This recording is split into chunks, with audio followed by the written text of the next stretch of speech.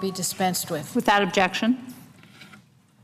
Madam President, I'm proud to follow Senator Murray in her call to pass the bipartisan Senate bill which will reauthorize the Violence Against Women Act. The Leahy-Crapo bill is the only bill that will protect all the women in our country. I well remember Vice President Biden was then Senator Biden. In 1990, he wrote the Violence Against Women Act. And I was in the House at the time, and he asked if I would carry the House version of his bill. I was extremely honored to do that. And we were able to pass small portions of the bill early in the 90s. But it wasn't until I came here until the Senate that we actually passed the entire bill. And I think it was Senator Schumer, who was then in the House, that picked up the ball on the bill in the House. It got passed. And since then, we've seen a decline in violence of 53%. But even so, even while the law is working, we have to strengthen it because, Madam President, as you know, because you're a leader in this, every day 3 women are killed by their abusive partners. Let me say that again. Every single day, 3 women are killed by their abusive partners. So in order to change this terrible statistic, we need to reauthorize this Violence Against Women Act, and we need to improve it to protect more victims of domestic violence. And that's what the Senate did. I'm very proud of the Senate. We passed the bipartisan bill with a vote of 68 to 31, with 15 Republicans voting in favor. And, Madam President, you also worked hard to get the transportation bill done. And it was a very similar situation. The Senate had a bipartisan bill. It was a very popular bill.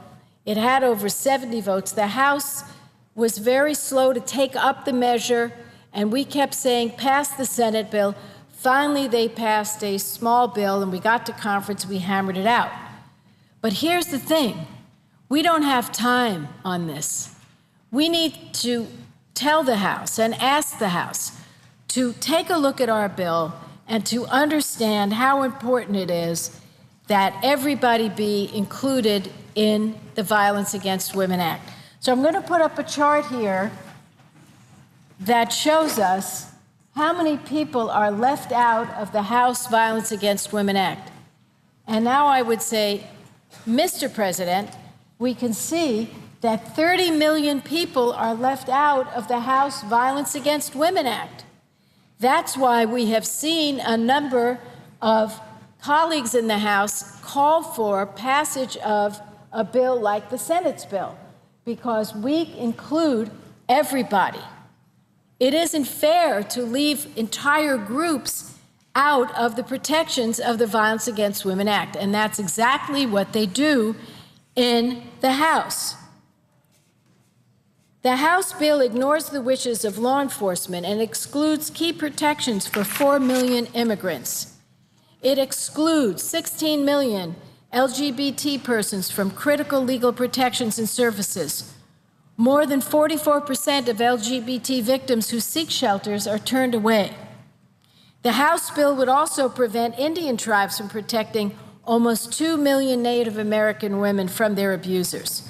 This is outrageous. It's an extremely outrageous omission, given that nearly half of all Native American women have been victims of domestic violence. Mr. President, let me repeat that. Almost half of all Native American women have been victims of domestic violence, and yet, among the 33 million left out of the House Violence Against Women Act, you see the exclusion of the Native American community. Despite the epidemic of sexual assault and dating violence on our college campuses, the House bill leaves out improved protections for more than 11 million college women. The House bill would deny vital protections to women like an immigrant woman who is my constituent, who had been stabbed by her boyfriend 19 times while she was 3 months pregnant, Mr. President. During her ordeal, her boyfriend drove her from one part of town to the other, refusing to take her to the emergency room, even though she was losing consciousness, Mr. President, and bleeding profusely. Thankfully, the woman received medical attention. The baby was not lost, and she made a full recovery. This brave woman, despite her physical and emotional scars, fully cooperated with the police and the prosecutor to eventually bring her abuser to justice. A woman's shelter helped her get a U visa based on her cooperation with law enforcement, and she and her child were able to move on with a new life. Now, Mr. President, if you look at some of the most vulnerable people living in America today, in addition to our children, and I know what you're dealing with in Pennsylvania, with an unbelievable, horrific, violent crime that took place in a college campus over a period of years, we know that our children are vulnerable. Our immigrant women are extremely vulnerable too, because they're scared that they're going to be kicked out of the country, and therefore their abuser knows that and puts them in a horrific situation where if they go to the police to report the abuse on themselves and their kids, they may be kicked out of the country. That's why we have the U visas, and the U visas say if you cooperate with law enforcement, you won't be kicked out. So we have to include immigrant women, and by extension their children, in the 30 million that are left out. We have to add them back in. The House bill fails to ensure that people like Jonathan, a gay man who was abused by his partner of 13 years, receive full protection under the law and cannot be discriminated against. When Jonathan did seek shelter from his abuser, he was refused by 3 LA area domestic violence shelters, none of which could give him a reason for excluding him. But he was left out because this community was not mentioned in the Violence Against Women Act. It is not mentioned in the House Act, and Jonathan falls among the 30 million that are left out of the House Act. The House bill also leaves out students like Mika, who was physically assaulted by her boyfriend while she was in college in San Francisco. Her ex-boyfriend broke her phone, broke into her home, stole her belongings, stalked her at school, and severely beat her. She got a restraining order against him, but struggled to get her school to enforce that restraining order. She shouldn't have had to struggle. She should have had the school on her side. Sadly, only the Senate bill would help her, not the House bill. The House bill does not protect these women. Only the Senate bill ensures that all women and LGBT individuals and college students are protected equally under the law, as well as Native American women. The consequences of denying anyone the critical protections in the Violence Against Women Act are just too great. When someone is bleeding on the floor, we need to help them in this great country. You don't want to start asking them questions. You know, are you gay? Are you straight? Are you an immigrant? Are you a college student? Are you a Native American?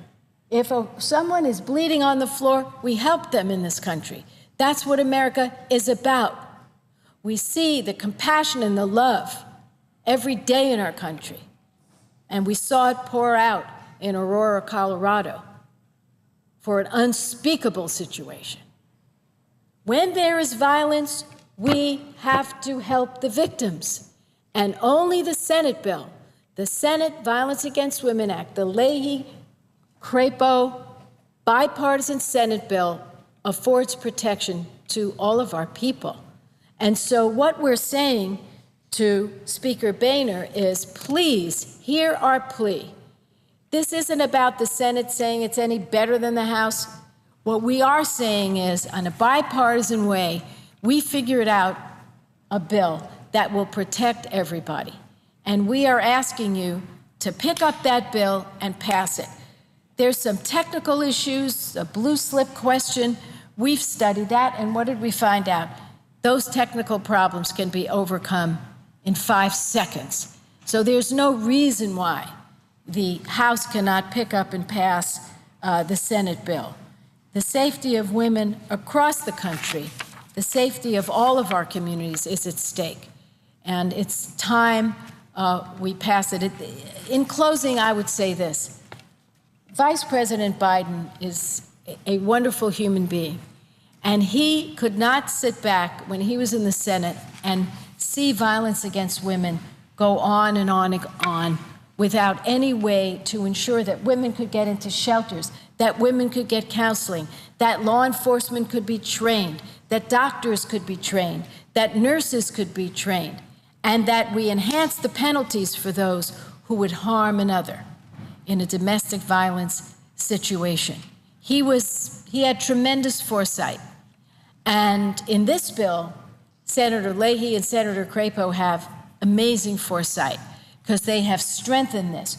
We have cut back domestic violence by 53%, but we have a long way to go when 3 women a day are killed, Mr. President, killed by their abuser.